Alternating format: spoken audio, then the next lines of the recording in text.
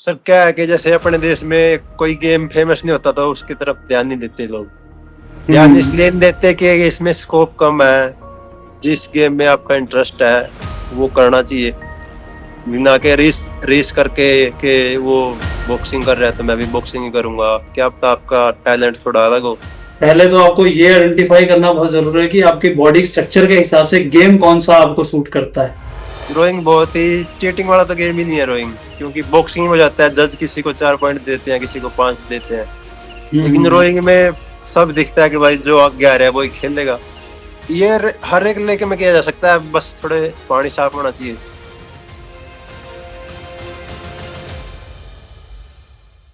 नमस्कार दोस्तों, स्पोर्ट्स पे चर्चा में आपका स्वागत है।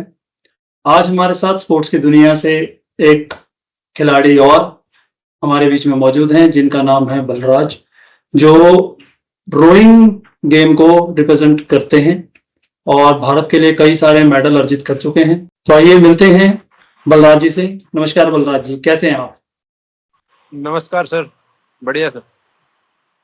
तो बलराज जी, आप हरियाणा से बिलोंग करते हैं? हाँ जी, हाँ जी, मैं हरियाणा करनाल डिस्ट्रिक्ट से बिलोंग करता हूँ। जी जी। तो बलराज जी, हरियाणा में कुश्ती और बॉक्सिंग का इतना प्रभाव होने के बाद आपने रोइंग जैसा गेम चुना, इसके बारे में क्या कहेंगे आप सर? इसके बारे में तो सर ये है कि मैंने रोइंग स्टार्ट करी थी आर्मी ज्वाइन करने के बाद। ओके। उससे पहले तो रोइंग का कोई स्कोप नहीं था, ना मेरे को पता था इसके बारे में। आर्मी ज्वाइन करी, उसके बाद मैं स्टार्ट किया गेम। अच्छा, तो अभी आप एट प्रेजेंट इंडियन आर्मी में बतौर नायब सूबेदार हैं। तो अभी आपकी यूनिट कहाँ है सर?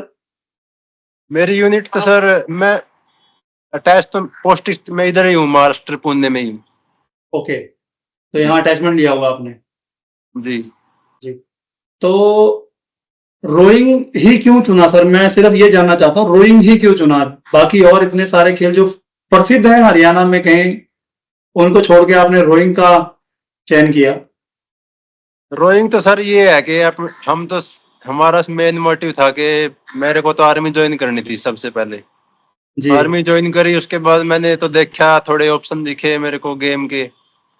ये आर्मी में थोड़ा बटालियन लेवल पे कंपटीशन होते हैं, छोटे लेवल पे। तो उसके बाद मैं रोइंग का कंपटीशन था जो वो खेलने चला गया, और उधर थोड़ा मेरा परफॉर्मेंस जो ठीक थी, जो कोच थे उधर हम उसने देखा मेरे को कि भाई तुम आगे भी खेल सकते हो बड़े लेवल पे। तो फिर उसके बाद मैं पुणे आ गया था खेलने के लिए, जो रोइंग का नोड है आर्मी का इधर। जी जी जी जी। तो रोइंग सर आपने खेला, रोइंग के बारे में कुछ बताइए कि कैसा खेल है और किस एज में लोग इसे खेल सकते हैं, भारत में इसका कितना प्रभाव है और नहीं है, उसके बारे में थोड़ा बताइए। रोइंग सर जैसे कि एक वाटर स्पोर्ट्स है, बहुत कम लोग इसको जानते हैं अपने इंडिया में, लेकिन अभी पहले से ज्यादा अभी जानने लगे हैं। ये एक वाटर स्पोर्ट्स है जो मतलब टीम इवेंट भी है ये, और सिंगल इवेंट भी है। सिंगल, डबल, 4 और 8 का इवेंट होता है इसमें। ओके। और इसमें 2 कैटेगरी होती है, एक लाइट वेट कैटेगरी और एक जो 70 केजी वेट से होती है डाउन, और एक हैवी वेट कैटेगरी होती है जो मतलब फुल फ्री वेट होता है, उसमें कितना वेट रहता है आपका। ओके, तो वेट का कोई इम्पैक्ट पड़ता है सर रोइंग के टाइम करते हुए? जो सर लाइट वेट रहते हैं जो उन्हीं के लिए रहता है लाइट वेट कैटेगरी। हम तो हैवी वेट में खेलते हैं तो हमारा कितना भी वेट हो चलता है वो तो, लेकिन हम एक नेचुरल वेट है वही रखते हैं। तो भारत में क्या ये हर राज्य में खेला जाता है या कुछ लिमिटेड ही राज्य हैं जहाँ खेला जाता है ये? देखो सर के खेला तो अभी हर राज्य में जाता है, लेकिन जो अपने प्लेयर हैं जो मतलब के इंटरनेशनल नेशनल लेवल के प्लेयर हैं वो ज्यादातर अपने हरियाणा से है, पंजाब से हैं, राजस्थान से है और वेस्ट यूपी से हैं, ज्यादातर इधर से हैं। तो साउथ का इस पे कोई इतना इम्पैक्ट नहीं है, जबकि वहाँ नदियां झीलें बहुत ज्यादा हैं। साउथ में सर होते थे पहले, अभी भी हैं, लेकिन अभी क्या है कि नॉर्थ साइड में हरियाणा में, पंजाब में, राजस्थान में, यूपी में इधर ज्यादा है इसके प्लेयर, इसके इधर सारे यही हैं। तो अभी अभी सर वर्ल्ड पुलिस गेम्स हुई है, उसमें भारत ने सिल्वर मेडल रोइंग में लिया है। तो आपको इतने साल हो गए नेशनल और इंटरनेशनल में पार्टिसिपेट करते हुए, कभी ऐसा लगा हो कि यार मैं जो गेम खेल रहा हूँ वो इतना पॉपुलर नहीं है, लोग उसके बारे में जानते नहीं है, बताते हुए शुरू शुरू में तो बड़ा रहा होगा कि यार रोइंग करता हूँ, रोइंग ये क्या है, ऐसा रहा होगा शायद आपके साथ भी। ऐसा होता है। जिसको भी बताते हैं वो ऐसे ही सोचता है कि ये क्या होता है पहले, हाँ। तो फिर उसको बताना पड़ता है कि ये वाटर स्पोर्ट्स होता है, बोट में चलाते हैं इसको। हम्म। तो इसकी ट्रेनिंग के लिए इंडिया में कितने परसेंट मतलब ट्रेनिंग सेंटर्स हैं जहां पर 12 महीने इसके ट्रेनिंग सर हो सकती जो है कि एक तो ये आर्मी रोइंग नोड है, ये सबसे फेमस सेंटर है और सबसे टॉप लेवल का सेंटर है ये। और जितने भी इंटरनेशनल प्लेयर हैं सारे इंडिया में आज के टाइम पे जो खेलते हैं वो सारे इधर ही रहते हैं। है? उसके बाद फिर आते हैं जैसे साई के सेंटर हैं, एक भोपाल में है, हाँ। वो उड़ीसा में है, केरला में है, और एक दो जगह और है जहाँ पे अभी खुले हैं शायद। लेकिन जो मेन सेंटर है ये आर्मी रोइंग नोड ही है। ओके। तो आर्मी में गर्ल्स नहीं है तो आर्मी के जो मेंस टीम है वो इधर रहती है, जो गर्ल्स टीम है जैसे कि कुछ केरला की लड़कियां रहती हैं, कहीं कहीं की स्टेट की, वो अपने उधर प्रैक्टिस करती है। अच्छा, गर्ल्स और बॉयज दोनों ही खेलते हैं इस गेम को? गेम दोनों खेलते हैं लेकिन थोड़ा क्या है कि बॉयज का थोड़ा इसमें थोड़ा अच्छा हुआ है। तो सर रोइंग को हम ये कहें कि स्ट्रेंथ वाला गेम है, जी सर। तो उसके लिए सर क्या ट्रेनिंग के आपके शेड्यूल रहते हैं? रोइंग सर जैसे हम सोचते हैं कि रोइंग है, बोट चलानी है, लेकिन रोइंग उससे बिल्कुल ही डिफरेंट है। और रोइंग में आप अपने को स्टेमिना चाहिए, स्पीड चाहिए, एंडोरेंस चाहिए, हर चीज चाहिए रोइंग में हमें हमारे को। हम्म। तो उसका क्या शेड्यूल आप जैसे फॉलो शेड्यूल करते ये है हैं? कि सर हम जैसे पानी में प्रैक्टिस करते हैं सुबह के टाइम पे, हम्म। बोटिंग की प्रैक्टिस करते हैं सुबह, और फिर दोपहर को रोइंग मशीन होती है उस पे करते हैं, कभी कोर ट्रेनिंग करते हैं, ऐसे मिक्स रहता है, साइकिलिंग करते हैं, और शाम को ज्यादातर हमारी स्ट्रेंथ ट्रेनिंग रहती है जिम में। तो सर क्या मैं ये कहूंगा कि रोइंग के लिए स्विमिंग आना जरूरी है? हाँ सर, स्विमिंग मतलब ये तो है नहीं कि जो जिसको स्विमिंग आती है वो रोइंग नहीं कर सकता, नहीं आती तो रोइंग नहीं कर सकता। लेकिन क्या है कि जो कई बार ना हमारी बोट पलटी हो जाती है ना, जिसको हम्म। स्विमिंग नहीं आएगी तो फिर वो उसके लिए बहुत मुश्किल हो जाती है और बड़ा इंसिडेंट भी हो सकता है इससे। हम्म। तो सर जैसे आपने 4 बार भारत को एशिया में मेडल दिलाया है, तो कभी ऐसा लगा कि यार बहुत हो गया, अब नहीं खेलना चाहिए, और या आगे कोई और एक बड़ा गोल लेके अभी आप चल रहे हैं? नहीं सर, बड़ा गोल लेके चल रहे हैं बिल्कुल। अब अभी तो अपनी शुरुआत ही है, इतना ज्यादा कुछ अचीव नहीं किया। 2020 में स्टार्ट किया था मैंने, तो हम्म। थोड़ा अच्छे लेवल पे और देखेंगे, करेंगे आप और देश के लिए अचीव करेंगे कुछ। तो जैसे आप ओलंपिक में सर गए, पार्टिसिपेट आपने ओलंपिक तक किया है, तो कितना डिफरेंस है सर यहाँ हमारे इंडिया के रोवर्स में और फॉरेन में रोइंग करने के, चाहे वो इक्विपमेंट्स का हो, चाहे वो प्लेयर्स का हो, ग्रोथ का हो, स्ट्रेंथ का हो, क्या आपको महसूस हुआ कि नेशनल और इंटरनेशनल में कितना डिफरेंस है? डिफरेंस तो देखो सर के इक्विपमेंट तो हमारे पास वही है, अच्छी है, इंटरनेशनल लेवल के स्टैंडर्ड के हैं, जो मतलब बेस्ट कंपनियां रहती हैं। इक्विपमेंट तो अपने पास वही है। अपने पास क्या नहीं है कि सर जैसे एक तो हम रोइंग ही बहुत लेट स्टार्ट करते हैं। हम्म। मैंने जैसे आर्मी में आने के बाद रोइंग स्टार्ट करी थी, तो 20 साल के बाद रोइंग स्टार्ट करी। और क्या दूसरी कंट्रियों में क्या होता है कि स्कूल लेवल से रोइंग स्टार्ट हो जाती है, इतना कल्चर है ऑस्ट्रेलिया में, यूरोप में रोइंग का स्कूल लेवल से ही स्टार्ट हो जाती है रोइंग। अच्छा। जी। यहाँ हमारे यहाँ ग्रास रूट पे रोइंग का कोई इतना मतलब तवज्जो नहीं दिया जाता, ये कह सकते हैं। नहीं नहीं, ग्रास रूट पे बिल्कुल नहीं है इतनी अपनी रोइंग। तो इसका कहीं ना कहीं कारण ये भी हो सकता है कि इतने सारे हमारे सेंटर, ट्रेनिंग सेंटर्स नहीं है। ट्रेनिंग मेन कारण तो यही है सर के अपने आर्मी रोइंग नोड को छोड़ के और दो तीन अपने ये जो साई के सेंटर हैं, इनको छोड़ के जो और भी इतने सेंटर नहीं है। तो जो रोइंग की फेडरेशन बनी हुई है भारत में सर, वो इसमें इनिशिएटिव नहीं लेती कि भी उसको हर बच्चे तक ये इंफॉर्मेशन पहुंचानी चाहिए कि रोइंग भी एक स्पोर्ट्स है? वो तो लेती है सर, क्योंकि वो कंपटीशन भी कराते हैं, लेकिन क्या है कि जो सर स्टेट गवर्नमेंट रहती है, जो अपने क्लब हैं, वो तो स्टेट गवर्नमेंट को ही बनाने पड़ेंगे। और जब तक कुछ भी हो अपने पास ले, बोटें नहीं होंगी, पानी की सुविधा नहीं होगी, हर एक चीज मतलब एक स्टैंडर्ड रहता है हर एक चीज का। जैसे आप एथलेटिक्स का बनाओगे तो एथलेटिक्स का स्टेडियम बनेगा, प्रॉपर सारी चीज बनेगी। उस तरह रोइंग का नहीं है। हाँ, तो ये आर्टिफिशियल लेक्स में भी किया जा सकता है। हाँ हाँ, ये हर एक लेके में किया जा सकता है, बस थोड़े पानी साफ होना चाहिए। हम्म, ताकि हाँ बोट आराम से चल सके, ज्यादा मड़ी। आराम से भी चल सके। और कई बार जैसे लेकों में थोड़ा ज्यादा गंदगी रहती है, तो चप्पू हमारे होते हैं जो उनसे टकरा जाते हैं।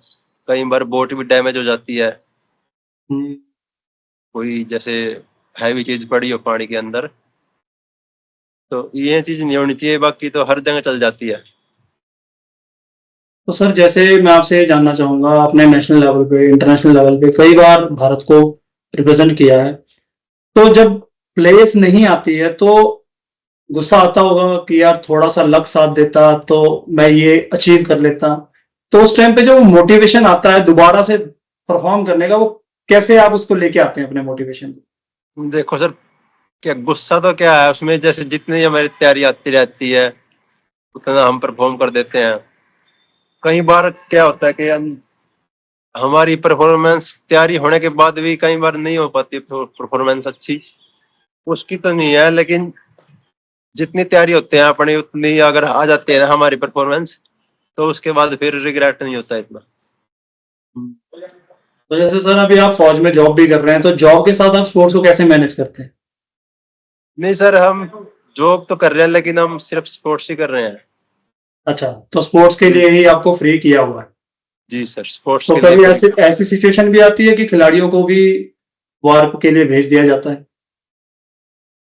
नहीं सर, अभी इसमें अभी इस ऐसी सिचुएशन नहीं आई अभी। तो आएगी तो ड्यूटी रेडी है सर। रेडी है, बिल्कुल बिल्कुल। हाँ। तो मेरा जानने का मकसद सिर्फ ये है, जैसे नए बच्चे आज की डेट में स्पोर्ट्स के थ्रू आर्मी में या पैरामिलिट्री फोर्सेज में तैयारी करते हैं, तो हम्म। उनको क्या बेसिक चीजों का ध्यान रखना चाहिए जिससे सर वो इजीली सिलेक्ट हो सके? अगर हम बात करें जैसे रोइंग का ही है, तो रोइंग के क्या कंपटीशन होते हैं या ट्रायल्स किए जाते हैं ताकि बच्चों को सिलेक्ट किया जाए? रोइंग के सर कंपटीशन होते हैं, सब जूनियर लेवल पे कंपटीशन होता है, जूनियर पे होता है, और फिर सीनियर तो होता ही है। उसके बाद खेलो इंडिया में होता है, यूनिवर्सिटी यूनिवर्सिटी नहीं होती, इंटर यूनिवर्सिटी होते हैं। चैलेंजर कप होता है जिसमें नए बच्चे पार्टिसिपेट करते हैं बस। ओके। और भी कंपटीशन आते रहते हैं। ये अभी लास्ट में लड़कियों के लिए लीग कराई थी एक, हैदराबाद में, ओनली लड़कियों को प्रमोट करने के लिए। हम्म। तो सर वो एक खिलाड़ी अगर खेल के साथ ऐसे क्या अभ्यास करे, या ऐसे कौन कौन से ट्रेनिंग्स या ऐसे ऐसे कैंप्स में जाए जहां से वो आर्मी में सिलेक्ट हो सके या पैरामिलिट्री फोर्स में सिलेक्ट हो सके? क्या कुछ आर्मी ऐसे ड्रिल्स करती है जहां पर वो बच्चों को सिलेक्ट करती होंगी? जी सर, सिलेक्ट करती है। जैसे कोई अपने नेशनल लेवल के प्लेयर होते हैं जिन्होंने हम्म। नेशनल मेडल ले रखा है, और जिसकी जैसे जिसका टाइमिंग अच्छी है, बोट में टाइमिंग अच्छी है, जिसकी रोइंग मशीन पे टाइमिंग अच्छी है, तो उनका हर साल में दो तीन बार भर्ती निकालती है आर्मी। अच्छा।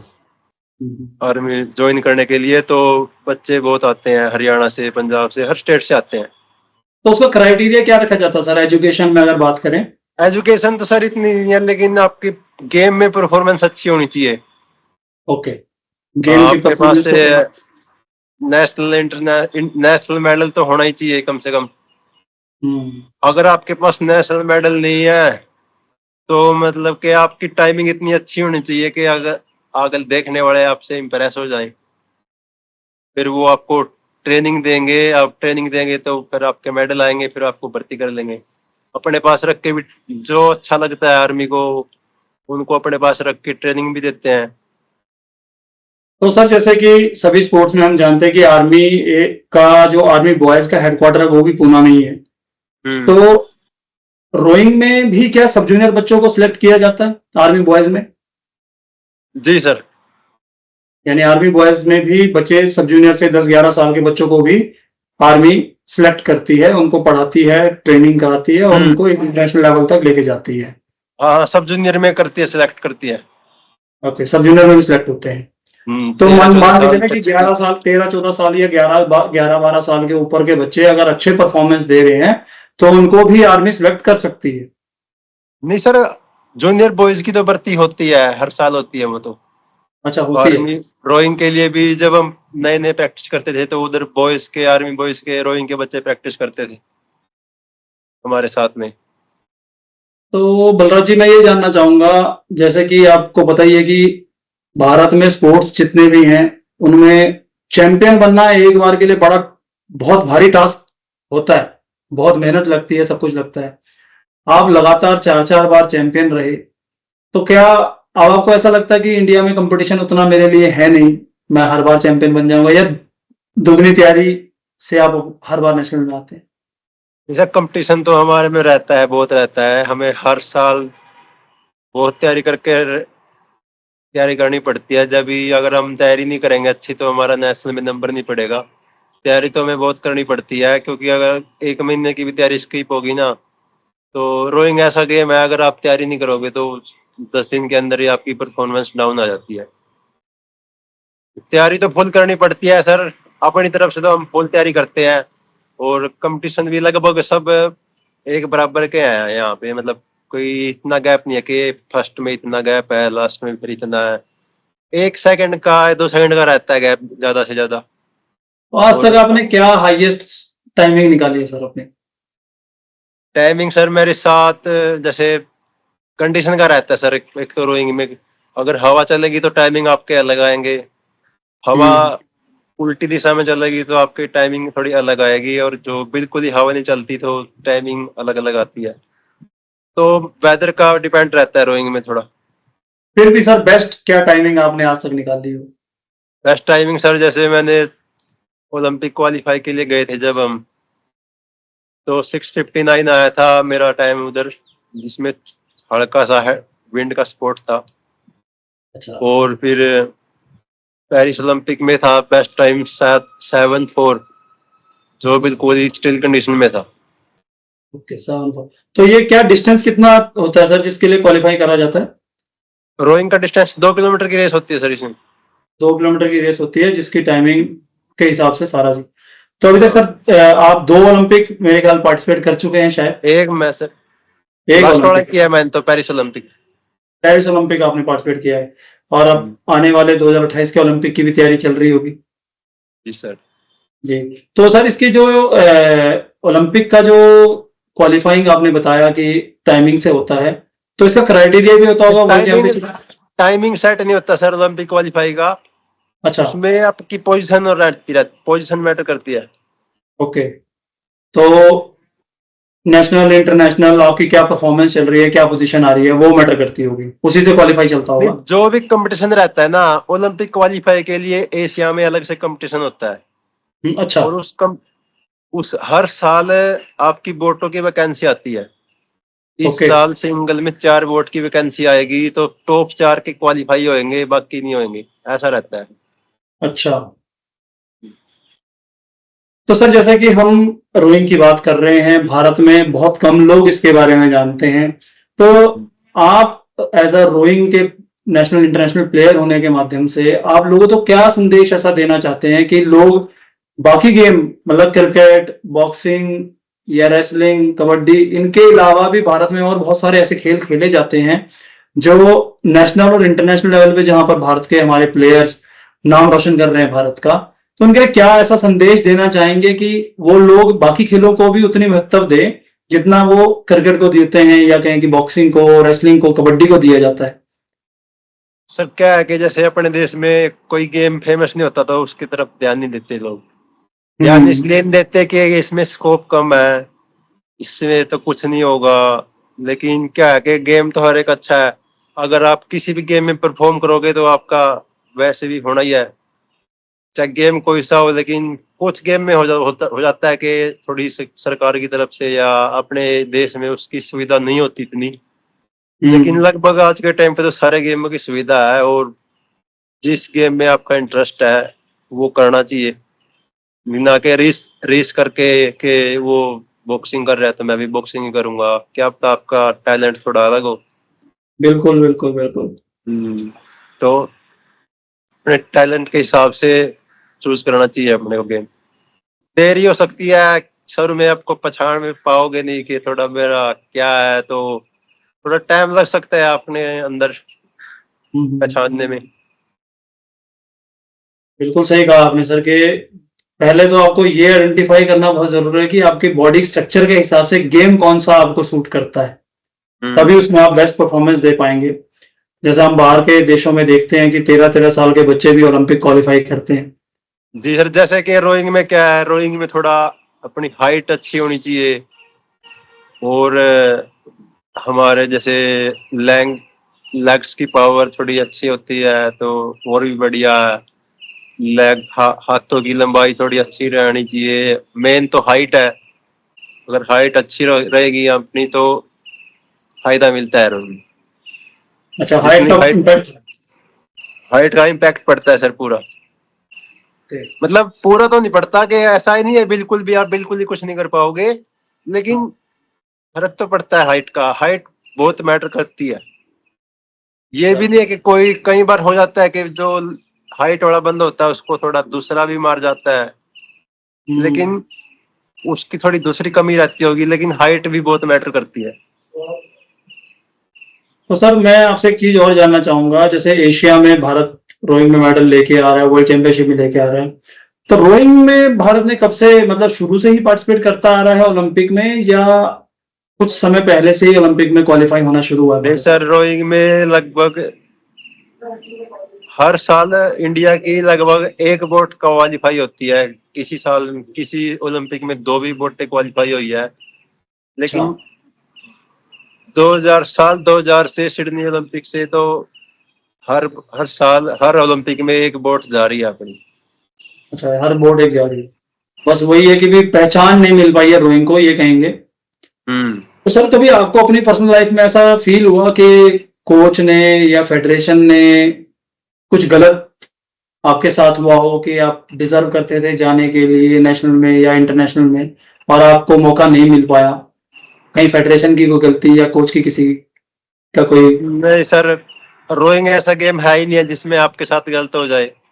अच्छा। रोइंग में होता है क्या, आगे आपको 2 किलोमीटर में बोट आपकी खड़ी होगी, आपका दम है तो आपको भाई निकाल के ले जाओ आगे, नहीं तो नहीं।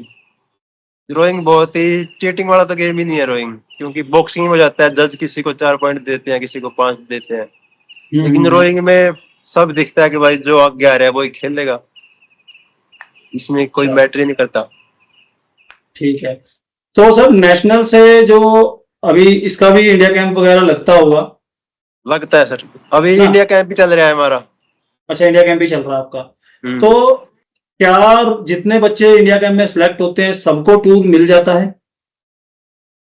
नहीं सर, जैसे सबको नहीं मिलता, लेकिन सबसे पहले तो जैसे पहला कैंप लगता है उसमें 40 प्लेयर ले लेते हैं, किसी में 30 ले लेते हैं। उसके बाद फिर 1-2 महीने बाद उनको सिलेक्शन ट्रायल होती है, जो जितने भी टेस्ट होते हैं वो देख के उसके बेस पे दोबारा कैंप लगता है, उसमें और कम हो जाते हैं, और फिर फाइनल ट्रायल होती है उसके लिए अच्छा, वोट ग्रुप। मतलब सिलेक्शन प्रोसेस चलता ही रहता है, ड्यूरेशन ऑफ कैंप भी सिलेक्शन प्रोसेस हाँ, चलता ही रहता है। चलता और रहता लास्ट है। में एक रिफाइंड टीम होके फिर वो इंटरनेशनल पार्टिसिपेट करने जाती है। हम्म। तो इंटरनेशनल लेवल पे सर कितने मतलब बहुत ज्यादा कंपटीशन मिलते हैं, या साल में एक दो ही कंपटीशन होते हैं? इसमें सर पिछले साल तो हमारे जैसे 3-4 कंपटीशन हो गए थे, इस साल एक ही हुआ है अभी तक, अभी एशियन चैंपियनशिप हम जाएंगे। ओके।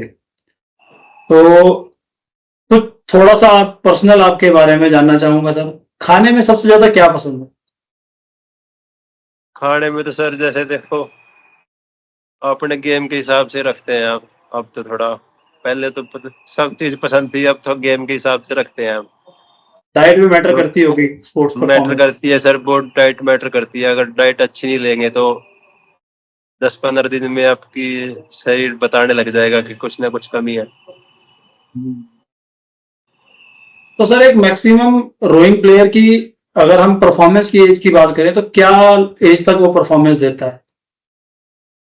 परफॉर्मेंस सर, जैसे इंडिया में तो मैंने देखा है लगभग 30 साल तक, 30 साल तक है इंडिया में तो।